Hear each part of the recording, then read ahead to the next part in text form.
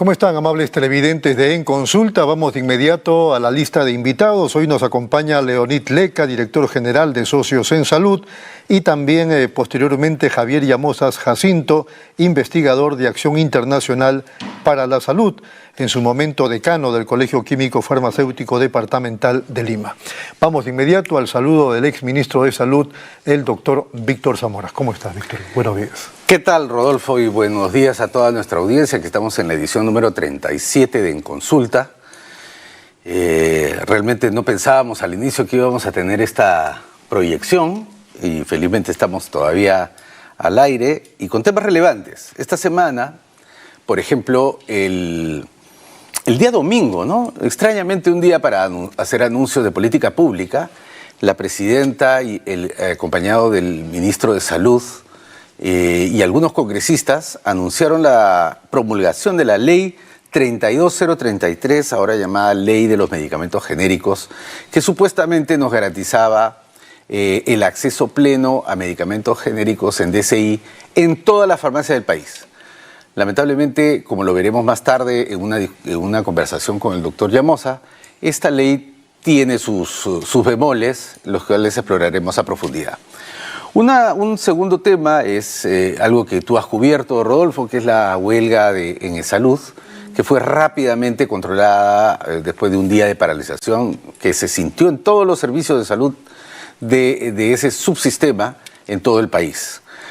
Creo que se lograron, luego de algunas horas de negociación, que pudieron ser previas, levantar todas las observaciones o demandas que los trabajadores habían hecho con cargo a que se puedan solucionar en el futuro.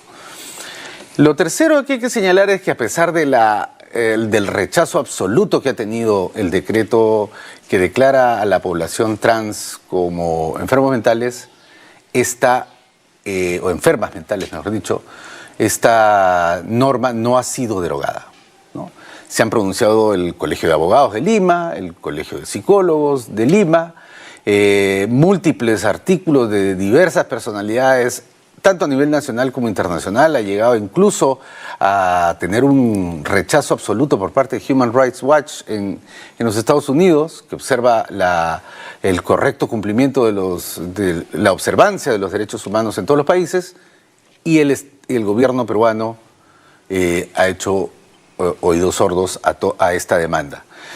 Finalmente, hace un par de días se han publicado los resultados de la Encuesta Nacional de Demografía y Salud, que tiene algunos interesantes datos que esperamos poder explorar la próxima semana en detalle. Sin más, Rodolfo, yo creo que podríamos dar pase a nuestro invitado del día de hoy, al doctor Leonid Leca. Si lo tenemos ya conectado, ahí está. Buenos días, Leonid, ¿cómo está? Sí, buenos días, doctor, ¿cómo está? Bueno, como ustedes saben, Leonid Leca ya nos acompañó aquí. Él es médico de graduado en la Universidad Peruana Cayetano Heredia. Tiene 2 maestrías, una en gestión de servicios de salud y también en investigación clínica. Tiene entre sus laureles ser un investigador distinguido. Pocas personas adquieren ese nivel en el Perú. Leonid es uno de ellos.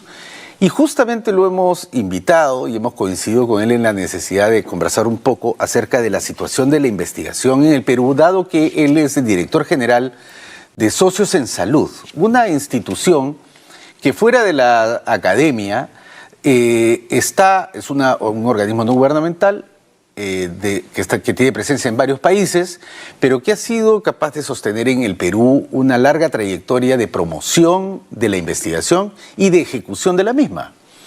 Yo quisiera, Leonid, que brevemente nos digas cuál es la situación de la investigación en el Perú en general y de la investigación en salud en particular.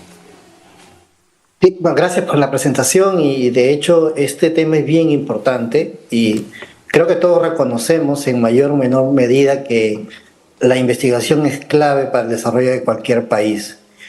Y en el mundo eso se entiende, por eso hay muchos países que invierten bastantes recursos para el tema de investigación. Normalmente un país invierte entre 0,5 a 1-2% de su Producto Bruto Interno. Desafortunadamente en el Perú estamos por debajo de ese indicador, ¿no? Entonces hay algunas brechas que todavía que tienen que hacer. Por ejemplo, el tema de investigadores por millón de habitantes es un indicador importante. En el mundo hay países que tienen 500, 1000, 2000, hasta 8000 investigadores por millón de habitantes. En el Perú estamos en una tasa muy baja de alrededor de 150, ¿no? Se dice que tenemos en Perú como 5000 investigadores registrados, pero tenemos una brecha inicial de 15000, deberíamos tener alrededor de 20000, si realmente queremos jugar en las ligas de forma seria, ¿no? Ahora, Leonid, si nosotros nos comparamos incluso en términos de inversión, ¿no? El Perú invierte 0,17% de su Producto Bruto Interno en investigación total.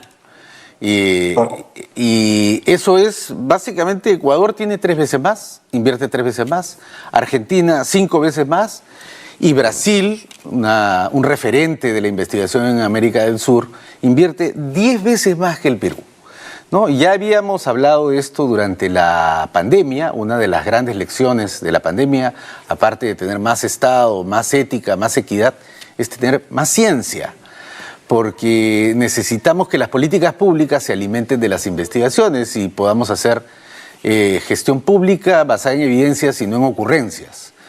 Si eso se suma a lo que tú nos señalas de recursos humanos, institucionalmente debemos estar muy rezagados.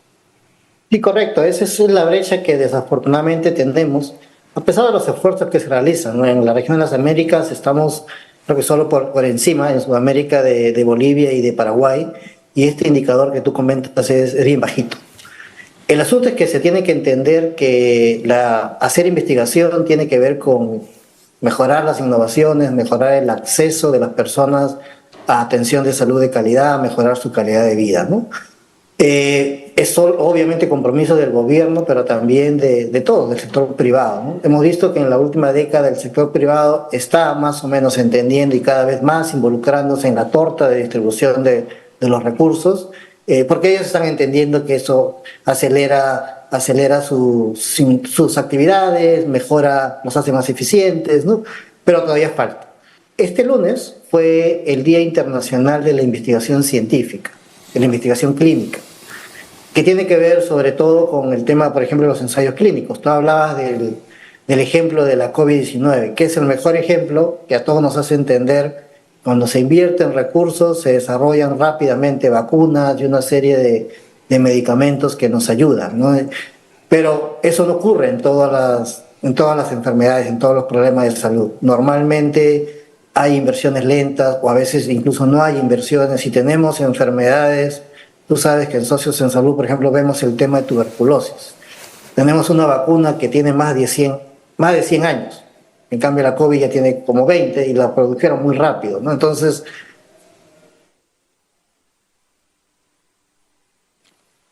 parece que lo perdimos un ratito. de este tema de investigación clínica, porque también es bien importante. El hacer ensayos clínicos, el probar nuevas moléculas, nuevos medicamentos, para la población peruana también es crítico. Y acá tenemos incluso hasta temas burocráticos, regulatorios que tienen que acelerarse. En Brasil, en Argentina, en otros países, un proyecto de investigación demora en autorizarse 2-3 meses. Aquí estamos todavía en promedio de 8 y probablemente a veces hasta más, ¿no? Entonces, eso no nos hace competitivos. Y entonces la industria farmacéutica, los interesados en invertir en investigación en Perú, prefieren irse también a otros países, y ahí creo que tenemos un desafío que este lunes, te decía, estábamos discutiendo para ver cómo se puede resolver, ¿no? Bueno, yo creo que ese es un tema muy relevante, Leonid, en el sentido de que cuáles son las barreras, quizás debamos tratarlo en un siguiente programa. ¿Cuáles son las barreras que están impidiendo que el Perú acelere el paso para incorporarse a la red mundial de investigación de nuevas tecnologías? Que responden a una lógica, ¿no? Que responden a una forma de ver nuestro rol como investigación con seres humanos. Siempre es un tema espinoso, no hay que negarlo, pero hay que abordarlo, porque de otra manera no va a haber incentivos para la investigación, ¿no es así? Así es, o sea, hay un tema obviamente de financiamiento, como dije, de todos los sectores, del Estado, del sector privado, Hay un tema de capacidades y ahí el rol de las universidades es crítico, ¿no? Nosotros quisiéramos que todas las universidades realmente se pongan su gorro que les corresponde de investigación y que fomente el desarrollo de investigadores. Desafortunadamente eso no ocurre, ¿no? Cada vez ciertamente hay más universidades que están tratando de incluir este tema, pero no son todas, cuando el rol principal de la universidad es justamente mejorar el conocimiento. Y entonces, si uno ve la calidad de algunas universidades, se encuentra con algunas barreras, ¿no?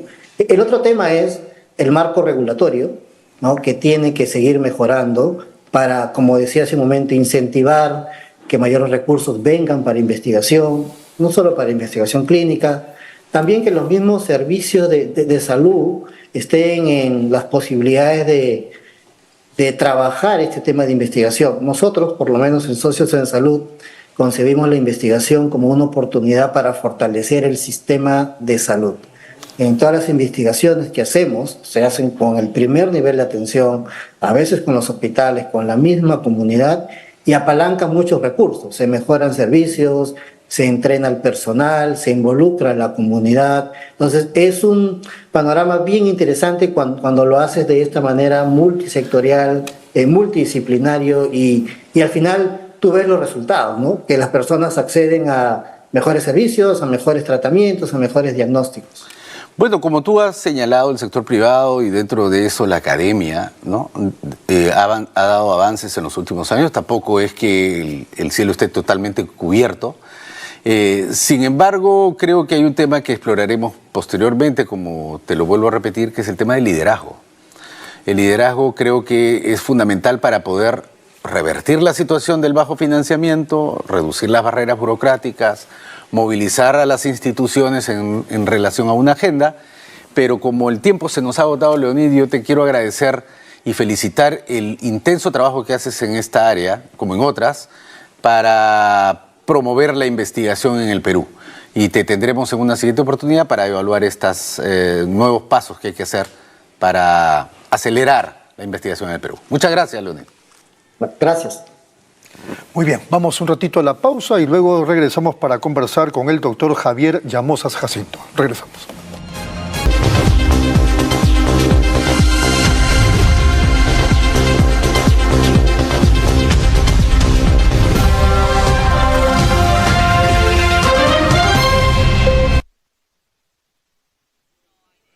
Muy bien, seguimos aquí en Nativa Nos Conecta, estamos en consulta y vamos a tratar en este bloque la ley de medicamentos genéricos y el fentanilo con nuestro invitado, el doctor Javier Llamosas Jacinto. Queda entonces en la conducción otra vez el doctor Víctor Zamora. Gracias, Rodolfo. Como lo habíamos mencionado, se aprobó el domingo de la semana pasada, bueno, se anunció su aprobación y posterior publicación de la ley 32033. Tiene un nombre larguísimo, pero en breve es la ley que teóricamente, según los anuncios oficiales, nos daría a todas y a todos los peruanos acceso a medicamentos genéricos en denominación común internacional en toda la red de establecimientos farmacéuticos, boticas, de todo el territorio nacional.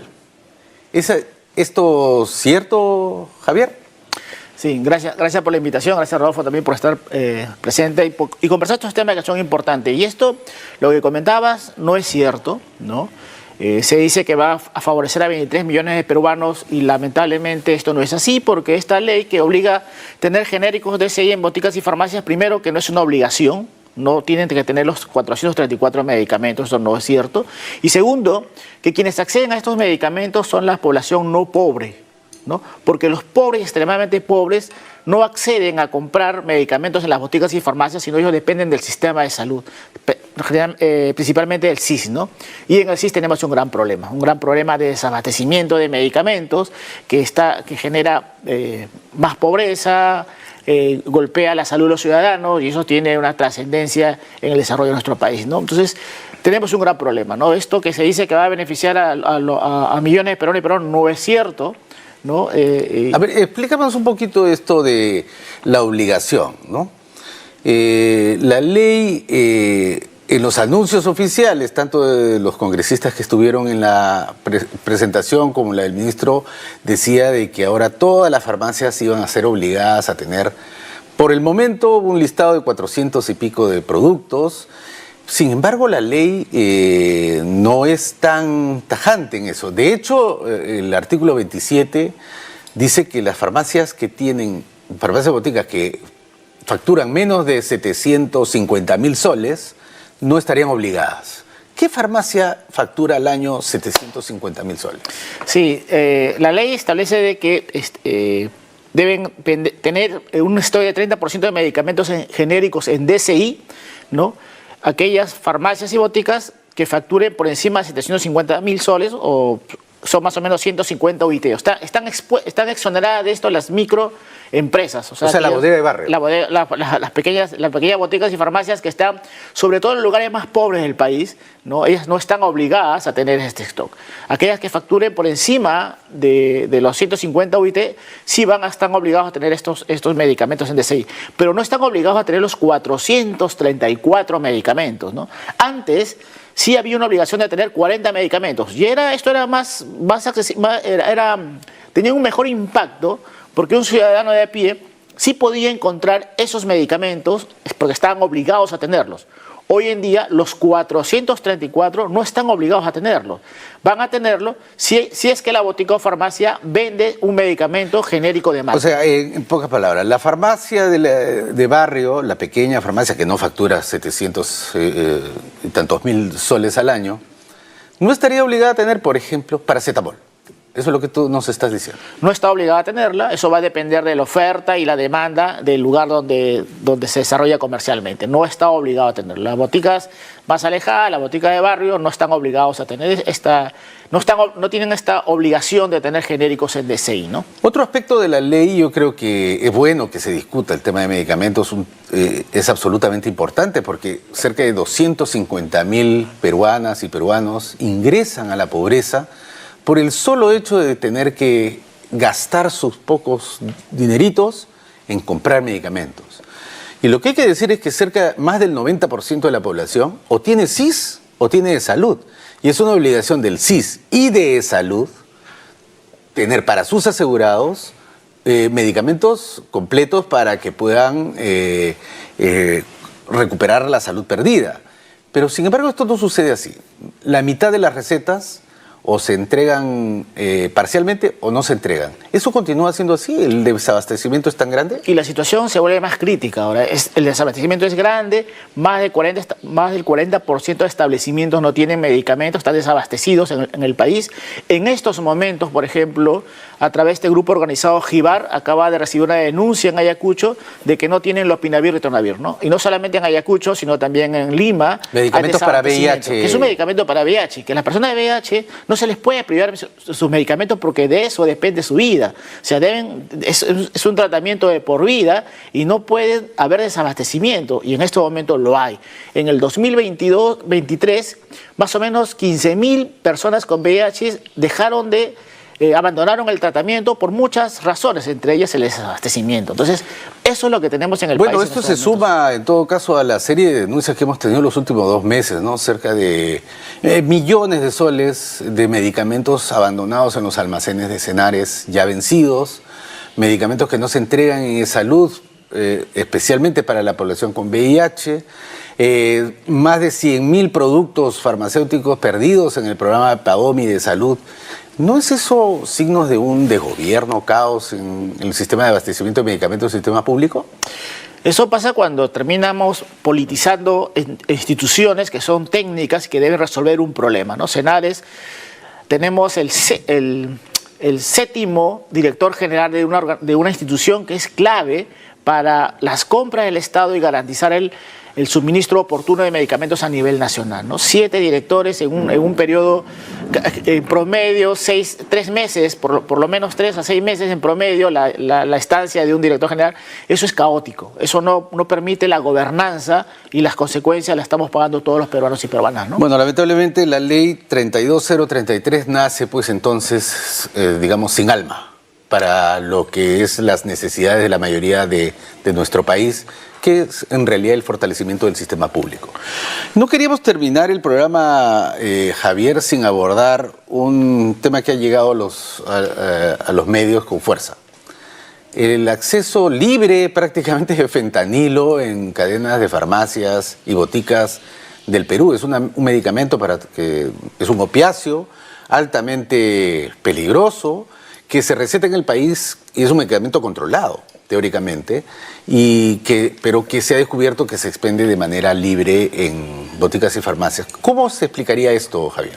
Sí, aquí primero hay una incongruencia también en el modelo de la lista de medicamentos esenciales, porque en esta lista también está el fentanilo, ¿no? O sea, que el fentanilo debería estar en todas las boticas y farmacias, eso es muy difícil. Las boticas y farmacias muy difícilmente incluirían este narcótico que es controlado. Es difícilmente, es complejo administrarlo y tenerlo, ¿no? Solamente las tendrían aquellas que están fuera de los hospitales para suplir el rol de desabastecimiento, pues estarían estas farmacias que están al frente de los hospitales venderían fentanilo, ¿no? Y es grave porque lo que no puede pasar es que se entregue sin receta médica. Es un medicamento controlado, ha generado un gran problema de salud pública en Estados Unidos, más de 100.000 muertos. Eso es gravísimo. Lo que tenemos que evitar es que esto suceda en el país. Si bien es cierto, no han habido casos de dependencia de fentanilo en el Perú, pero sí hay un espacio en los cuales esto podría desarrollarse, porque si bien se ha accedido fácilmente a fentanilo, pero hoy se accede muy fácilmente también a otros productos como el diazepam, el clorazepam, que también tienen otros males usos, ¿no? Entonces, Javier, tú has señalado un punto bien importante, ¿no? Los medios han puesto la mirada en el ejemplo de Estados Unidos de el desastre que está produciendo cerca de 1 millón de fallecidos solo en Estados Unidos por esta droga. En el Perú, aparentemente, por todo lo que se ha escuchado, este problema todavía no lo vivimos. Sin embargo, el fentanilo está circulando, ¿no? Eso es un hecho. ¿Cómo llega el fentanilo a expenderse fuera de norma y para qué se estaría usando? Porque hay un mercado, obviamente. Sí, definitivamente hay un mercado y mucho está entrando por contrabando, ¿no? El contrabando es una de las formas por donde está ingresando este narcótico, ¿no? Las droguerías que están autorizadas tienen un control muy estricto para venderlas a algunas boticas y farmacias que ellos requieran y tengan un control debido, ¿no? Pero también hay un mercado ilegal, un mercado que es conocido, que no solamente es para fentanilo, sino para muchos productos ingresados por las fronteras. Y esto, si bien es cierto, la demanda no ha aumentado para el mal uso, esto hay que evitarlo y hay que prevenirlo, y en estos momentos hay que tomar las acciones para que esto no suceda, ¿no? Hoy en día les comentaba, se vende diazepam y clonazepam, que debe ser con receta médica y se accede fácilmente. Este mecanismo, si aumenta la demanda, este mecanismo podría también facilitar que se acceda fácilmente, ¿no? Una fuente sería el contrabando. ¿Cuál sería otra fuente? ¿Producción ilegal o es robo sistemático de los establecimientos de salud, como se ha visto en otros productos? Sí, difícilmente fentanilo se fabrica en el Perú. En el Perú no fabricamos fentanilo, pero el mercado ilegal está compuesto por el contrabando, por la falsificación y también por los productos robados de los establecimientos públicos, ¿no? Esto es bastante conocido. El grupo Contrafarme muchas veces hace golpes a la informalidad, pero seguimos encontrando en el mercado medicamentos que dicen que Salud prohibida su venta, Minsa prohibida su venta, Fospolio prohibida su venta, y esta situación responde a un no control de los propios establecimientos públicos, ¿no? Ahora, esto que ya linda con lo penal, contrabando, robo sistemático, ¿daría un rol más protagónico, más que al MINSA o a Salud, al Ministerio del Interior y las fuerzas que controlan esta situación? Sí, justamente hay un grupo de Contrafalme, un grupo donde está el Ministerio del Interior, la Policía, SUNAT, el Ministerio de Salud. Es un grupo que trabaja en forma coordinada y tiene un plan estratégico para combatir el mercado ilegal, ¿no?